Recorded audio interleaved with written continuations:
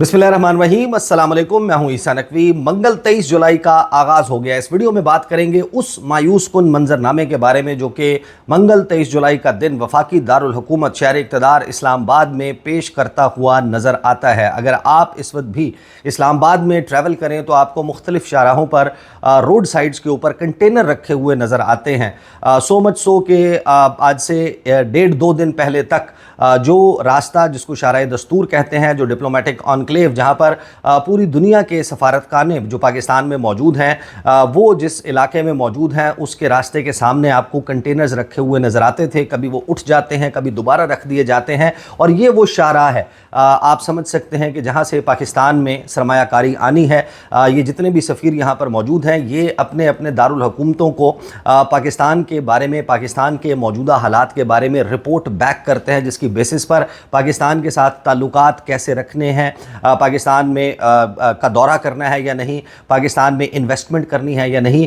ये तमाम डिसीजंस जो हैं वो उन्हीं रिपोर्ट्स की बेसिस पर होते हैं। क्या इस वक्त मंजरनामा है, हुकूमत के जाने की पेशगोइयाँ क्यों की जा रही हैं? पहले जो सिर्फ सरगोशियाँ थीं, पहले सिर्फ चैमगोइयाँ थीं या अफवाहें थीं, लेकिन 17 जुलाई को फिच जो कि आलमी मुआशी दर्जा बंदी करने वाला एक इदारा है उसकी एक रिपोर्ट सामने आई और उसमें पाकिस्तान का तज़किरा भी मौजूद था। और पाकिस्तान की हुकूमत के हवाले से जो उसमें प्रेडिक्ट किया गया उसके बाद कुछ स्टेटमेंट्स अहम वफाकी वज़रा की तरफ से आई। फिर बहुत से जो इन्फॉर्म्ड सहाफ़ी हैं वो एमरजेंसी, मार्शल लॉ, हुकूमत के जाने, किसी और मॉडल के आने की बातें करने लगे। ये सारा वो मंजरनामा है जो कि एक मायूस कुन पिक्चर पेश कर रहा है। और वो मायूस कुन इस वजह से है कि पाकिस्तान के जो दोस्त ममालिक हैं, अगर आप उनकी फहरिस्त तैयार करें तो आपको शायद सबसे ऊपर जो नाम नज़र आएगा वो चीन का नज़र आएगा। सबको मालूम है, अगरचे आजकल पाकिस्तान में आपने देखा है कि एक कैंपेन चल रही है चीन के साथ, जो पाकिस्तान के मुख्तलिफ मुआहदे हैं उनके ख़िलाफ़ कुछ लोग कैंपेन करते हुए नज़र आते हैं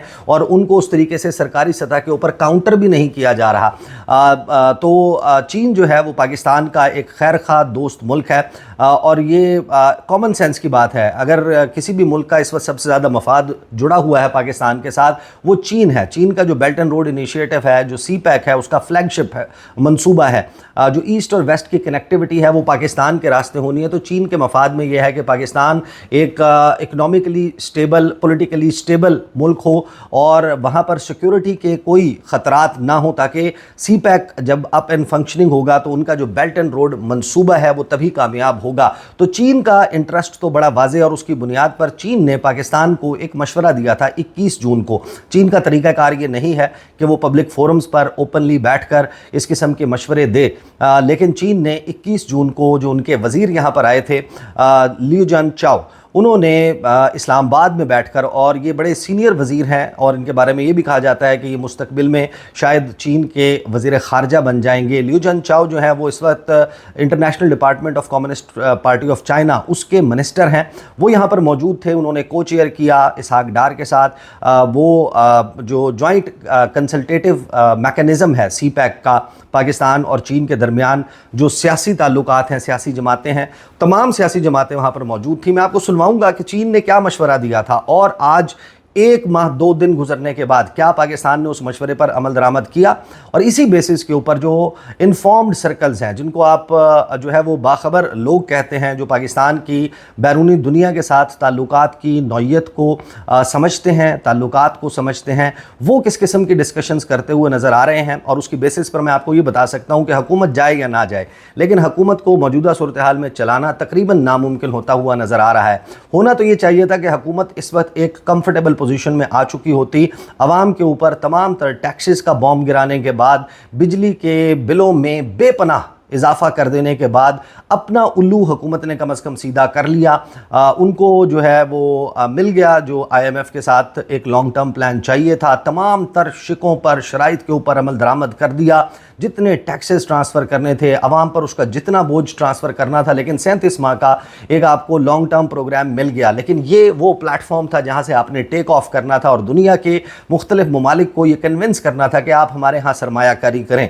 तो क्या सरमायाकारी मौजूदा सूरत हाल में आ सकती है। इस हवाले से कुछ बहुत ही मायूस कुन मंजरनामा नज़र आता है, क्योंकि गुज़श्ता 96 घंटों में मैं आपको 3 लोगों की जो है वो ऑडियो सुनवाऊंगा। इसमें एक तो जो चीन के वज़ीर हैं, उन्होंने एग्जैक्टली मशवरा क्या दिया था, उसके बाद जो इस्टेब्लिशमेंट के खुद साख्ता तर्जुमान है या कहलवाना पसंद करते हैं या फिर अनडिक्लेयर्ड तर्जुमान है फैसल वावडा, उनकी गुफ्तगू, और फिर पाकिस्तान का जो सबसे बड़ा सूबा है पंजाब, उसकी चीफ एग्जीक्यूटिव मरियम नवाज साहिबा। ये गुज़श्ता 96 घंटों में इन 2 लोगों ने जो गुफ्तगू की है, सिर्फ मैं आपको छोटे छोटे उसके गुफ्तगू के चंक सुनवा दूंगा, आप उससे अंदाज़ा लगा लें कि पाकिस्तान की और हुकूमत की इस वक्त डायरेक्शन क्या है। और हम अब जब अपने सबसे करीबी दोस्त मुल्क की एक वाज़े जो मशवरा है उसको इस तरीके से इग्नोर करेंगे और हम ये तवक्को रखेंगे कि वो हमारे यहाँ सरमायाकारी करे, तो ये मुमकिन नज़र नहीं आता। और जो रास्ते हैं इस्लामाबाद के, जब आप रोड साइड्स के ऊपर देखते हैं कि कंटेनर्स रखे हुए हैं, वो शाराए दस्तूर जहाँ से रास्ता जाता है डिप्लोमेटिक एन्क्लेव, जो डिप्लोमेटिक एन्क्लेव है वो जगह है जहाँ पर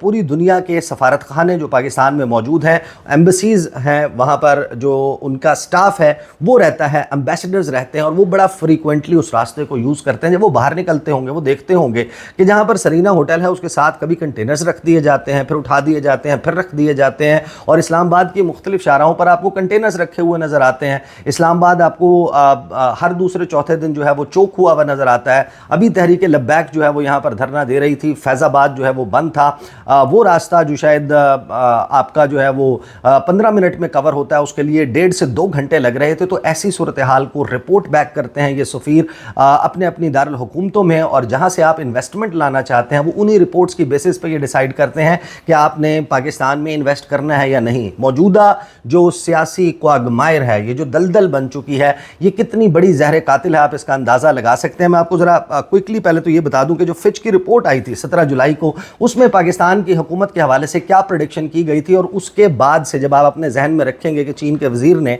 पाकिस्तान में इस्लामाबाद में बैठ कर क्या कहा, और फिर मैं आपको बताऊँगा कि चीन के जो बड़ी करीबी शख्सियत तस्वुर होते हैं पाकिस्तान में, सेनेटर मशाहिद हुसैन सैयद, वो मेरे पास प्रोग्राम में भी मौजूद थे। उनका ट्विटर भी आप जाकर देख सकते हैं, ऑफ एंड ऑन उनसे गुफ्तगू भी होती रहती है। वो जिस किस्म की बातें कर रहे हैं उसकी बेसिस के ऊपर हालात कुछ अच्छे नज़र नहीं आ रहे। फिच ने क्या कहा था, मौशी दर्जाबंदी के इदारे फिच ने पाकिस्तान के हवाले से अपनी रिपोर्ट में पेशगोई की है कि पाकिस्तान तहरीक इंसाफ के बानी इमरान खान मुस्तकबिल करीब में ज़ेर हिरासत ही रहेंगे, और पाकिस्तान की मौजूदा मुस्लिम लीगी हुकूमत 18 माह तक बरकरार रहेगी। फिच के मुताबिक रवां माली साल के इख्तिताम तक पाकिस्तान में महंगाई बढ़ने की शरह कम हो सकती है, और रवां माली साल के इख्तिताम तक स्टेट बैंक ऑफ पाकिस्तान से शरह सूद में कमी की तवक्को है। फिर इन्होंने जनाब ये बताया सैलाब का ख़तरा, खुश्क साली का ख़तरा, ये तमाम चीज़ें जो है वो इन्होंने मेंशन की अपनी रिपोर्ट में। फिर इन्होंने कहा कि पाकिस्तान के फरवरी के इलेक्शन में आज़ाद उम्मीदवारों को बड़ी कामयाबी मिली, जीतने वाले आज़ाद उम्मीदवार को जेल में कैद बानी PTI की हिमायत हासिल थी। पाकिस्तान के शहरों में मुजाहिरे मुआशी सरगर्मियाँ मुतासिर कर सकते हैं। फिच ने पेशगोई की कि इमरान खान तो जेल में रहेंगे, लेकिन जो मौजूदा हुकूमत है वो 18 माह तक बरकरार रहेगी। IMF के साथ मिलकर सारी मुआशी इस्लाहात करेगी हुकूमत, और मौजूदा हुकूमत ख़त्म हुई तो पाकिस्तान में टेक्नोक्रेट्स की हुकूमत आएगी, और टेक्नोक्रेट की हुकूमत जो है वो कितना चलेगी इस हवाले से कोई श्योरिटी नहीं है।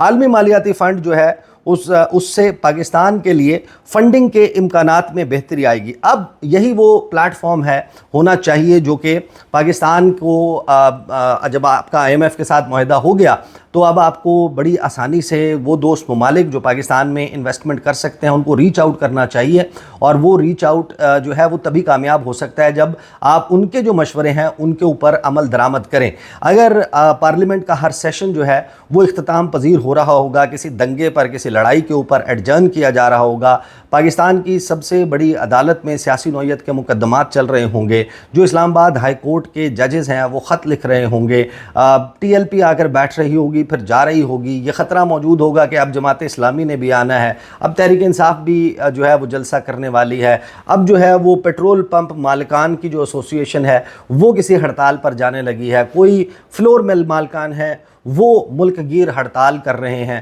بہت سارے لوگ جو ہیں وہ اپنی جو تنخواہوں میں جو اضافہ ہے اس کے لیے جو ہے یا دیگر جو ٹیکسز ہیں یا بجلی کے بل ہیں تاجر احتجاج کرنے کی باتیں کر رہے ہیں.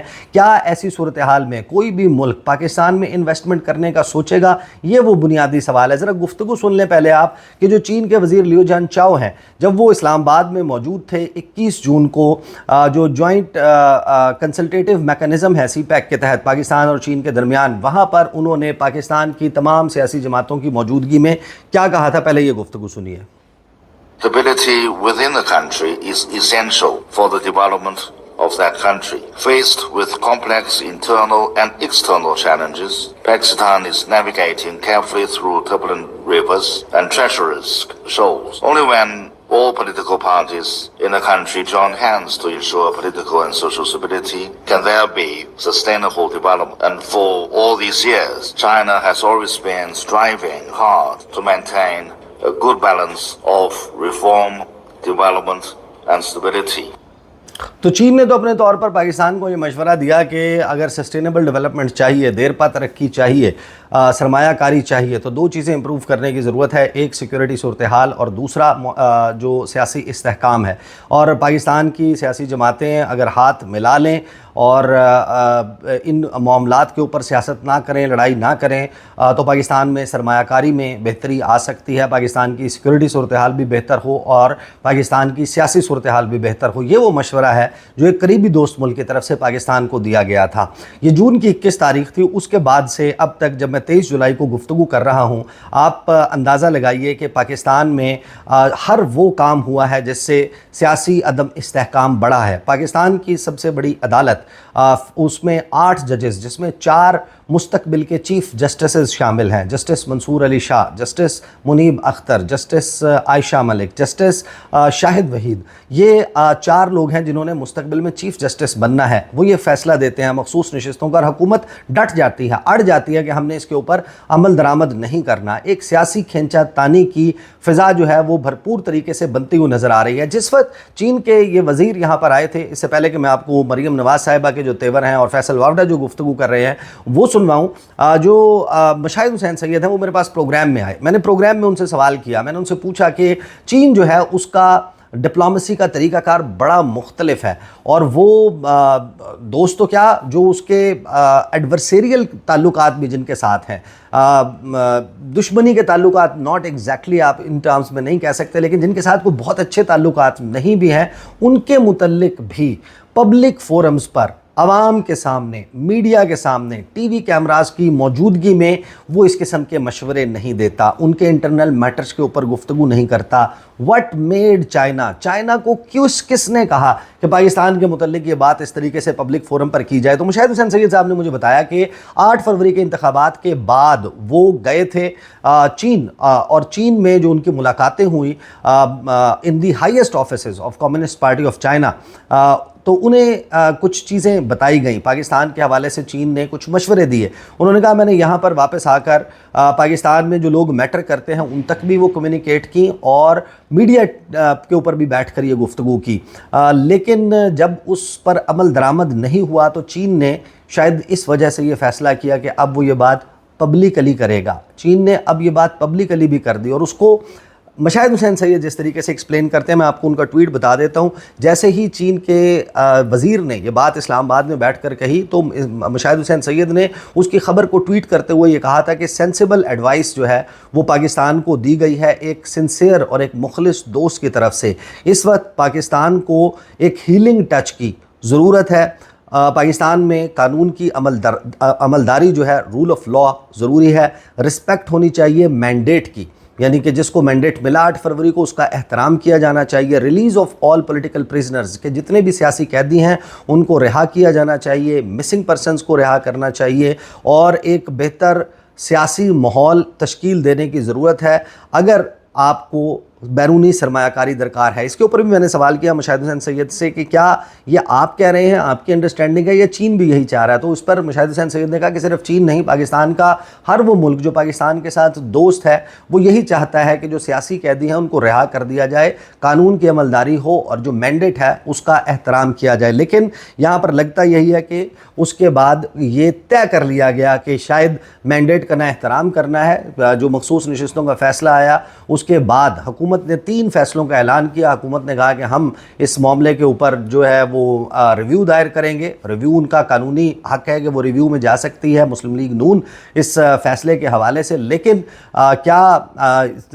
उसके हवाले से जो कैंपेन शुरू की गई जुडिशरी के ख़िलाफ़, उससे चीज़ें मज़ीद डिस्टेबलाइज होती हुई नज़र आ रही हैं। हुकूमत ने 2 मज़ीद फ़ैसले किए कि एक तो पाकिस्तान की जो सबसे मकबूल सियासी जमात है पाकिस्तान तहरीक इंसाफ, उसके ऊपर पाबंदी लगानी है और आर्टिकल 6 का मुकदमा चलाना है। इमरान खान, साबिक सदर आरिफ अलवी और साबिक डिप्टी स्पीकर कासिम खान सूरी, इनके ख़िलाफ़ मुकदमात चलाने हैं और उससे सूरत हाल आपको बिगड़ती हुई नज़र आ रही है। 2 गुफ्तगू मैं आपको और सुनवा दूँ, फिर मैं आपको जिस्ट बताऊँगा कि जो इन्फॉर्म्ड सर्कल्स हैं वो पाकिस्तान के बैरूनी दुनिया और ख़ास तौर पर जो दोस्त ममालिक हैं उनके साथ ताल्लुकात के हवाले से अब क्या पेशगोई करते हुए नज़र आ रहे हैं। ये हैं फैसल वावडा, ये ख़ुद साख्ता तर्जुमान है पाकिस्तान के ताकतवर इदारों के।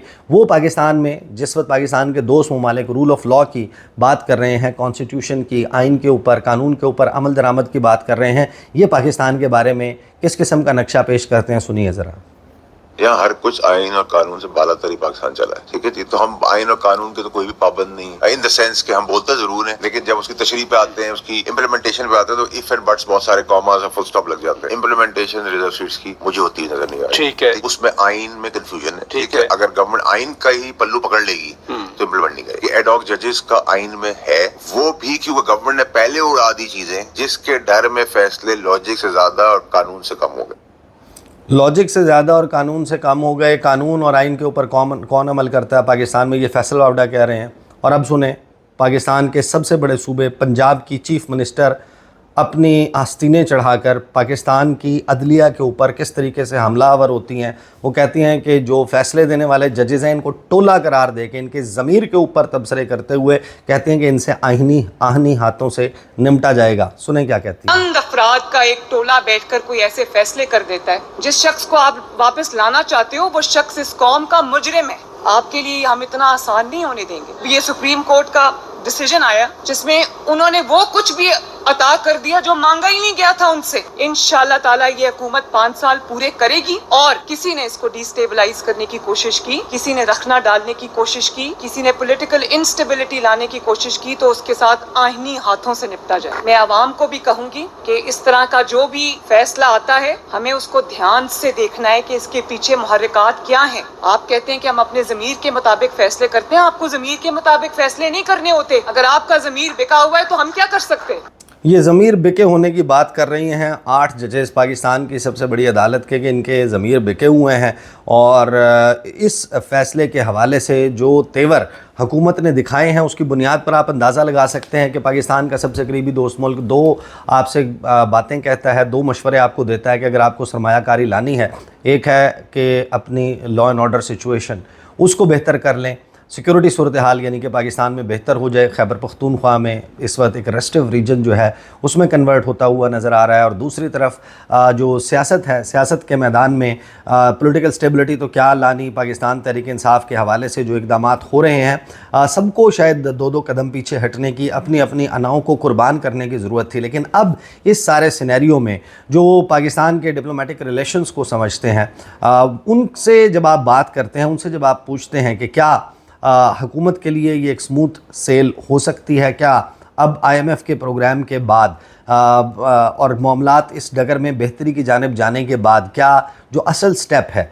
कि पाकिस्तान में सरमायाकारी आए, बिज़नेस चले, बिज़नेस का पहिया घूमे, मईशत चले, कारोबार चले, नई इंडस्ट्री जो है वो लगे, लोगों को रोज़गार मिले, क्या ये मुमकिन होता हुआ नज़र आएगा? तो दी आंसर इज़ नो। और उसकी वजूहात वो ये कहते हैं कि किस तरीके से हो सकता है कि एक मुल्क में आपके यहाँ जो इंस्टेबिलिटी है वो इस हद तक हो कि आपको ये ना पता हो कि कौन सी शरह कब बंद हो जाएगी, कौन कब एहतजाज करने आ जाएगा, कब एहतजाज का सिलसिला फूट पड़ेगा इस मुल्क में, कब जो है वो कौन सी एसोसिएशन हड़ताल पर चली जाएगी। टीएलपी जो है वो आकर बैठ गई, जमात इस्लामी आने की बात कर रही है, तहरीक इंसाफ एहतजाज कर रही है। ये एहतजाजों के दौरान जो है और जिस वक्त पार्लियामेंट अप एंड फंक्शनिंग नज़र ना आ रही हो, कार्य सरकार का तमाम तर फोकस अभी भी अपने सबसे बड़े सियासी हरीफ को कुचलने में लगा हो, जिस वक्त तमाम एनर्जीज़, तमाम तवानाइयाँ, तमाम प्रेस कॉन्फ्रेंसेस, उसमें ओपनिंग स्टेटमेंट से लेकर क्वेश्चन आंसर तक सारे का सारा पाकिस्तान के सियासी मंजरनामे के गिर्द घूम रहा हो, जब